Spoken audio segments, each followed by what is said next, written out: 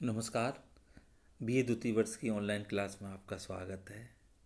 आज हिंदी साहित्य के प्रथम प्रश्न पत्र के अंतर्गत रीतिकाल के प्रवर्तक आचार्य केशवदास द्वारा विरचित रामचंद्र का के प्रमुख काव्यांशों में हनुमान लंका गमन शीर्षक की व्याख्यात्मक चर्चा करेंगे।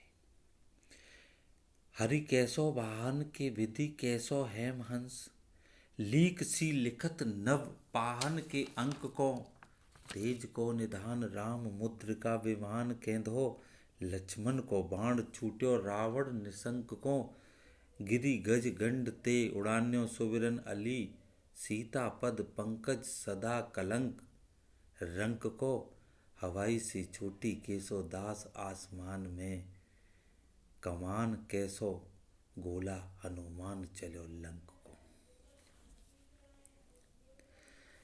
कैसो कहते हैं के समान, विधि यानी ब्रह्मा जी, हेमहंस कहते हैं स्वर्ण हंस, नवपाहन आकाश रूपी पाषाण, निधान अर्थात भंडार, गिरि गज गंड पर्वत रूपी हाथी का कुंभ स्थल, और हवाई का अर्थ है आतिशबाजी।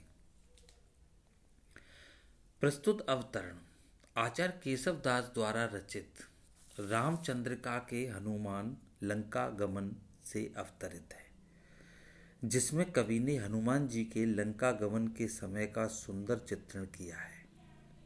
सुंदर पर्वत से लंका की ओर छलांग लगा रहे पवन पुत्र श्री हनुमान की अनेक उपमाओं से उनके सौंदर्य का वर्णन किया गया है।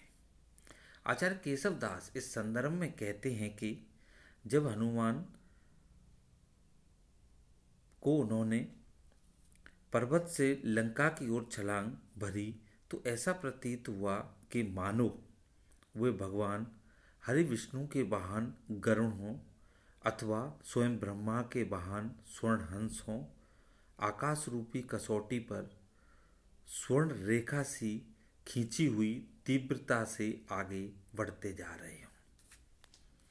देखिए, केशवदास ने संभावना व्यक्त की है हनुमान जी की लंका की ओर गमन करने की, पर्वत से जो छलांग लगाई है उसका वर्णन किया है कि मानो वे भगवान हरि विष्णु के वाहन गरुण के समान हो, या ब्रह्मा जी के वाहन स्वर्णहंस के समान हो, या आकाश रूपी कसौटी पर स्वर्ण की सी रेखा खिंची हुई, जैसे पत्थर पर रेखा तीव्र खींच जाती है, मिटती नहीं है, वैसे उनकी तीव्रता है। शक्ति सौंदर्य शौर्य एवं संयम के तेज से युक्त पवन पुत्र श्री हनुमान ऐसे लग रहे हों कि मानो उन्हें प्रभु श्री राम के द्वारा दी गई सीता जी को प्रत्यक्ष रूप में भेंट करने के प्रमाण स्वरूप अंगूठी ही विमान बन गई हो और वे उसी पर सवार होकर उड़ रहे हो, अथवा ऐसा लग रहा था कि मानो लक्ष्मण जी के कोई तीव्र बाण छोड़ा हो। देखिए, उनकी जो गति थी वो ऐसे प्रतीत हो रही जैसे कि अंगूठी ही विमान बन गई हो, या लक्ष्मण जी ने कोई तीव्र बाण छोड़ा हो। इस तरह की उपमाओं से सुशोभित किया गया है।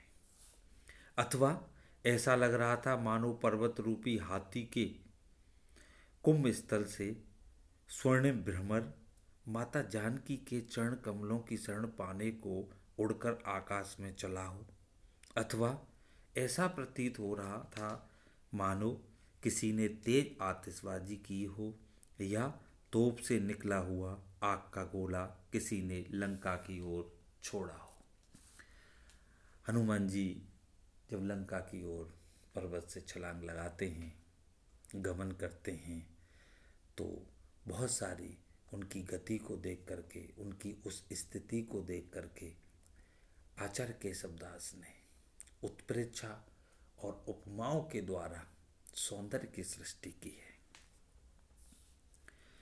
उत्प्रेक्षा रूपक और उपमा का संयुक्त रूप से यहाँ वर्णन हुआ है, सृष्टि की गई है। भाषा की दृष्टि से हम देखते हैं तो बड़ी रोचक और कर्णप्रिय है। गति यति की दृष्टि से छंद प्रशंसनीय है। इस प्रकार हम कह सकते हैं कि इस छंद के माध्यम से हनुमान लंका गमन की जो स्थिति है उसका वर्णन बहुत ही सुंदर रूप में आचार्य केशवदास ने किया है। धन्यवाद।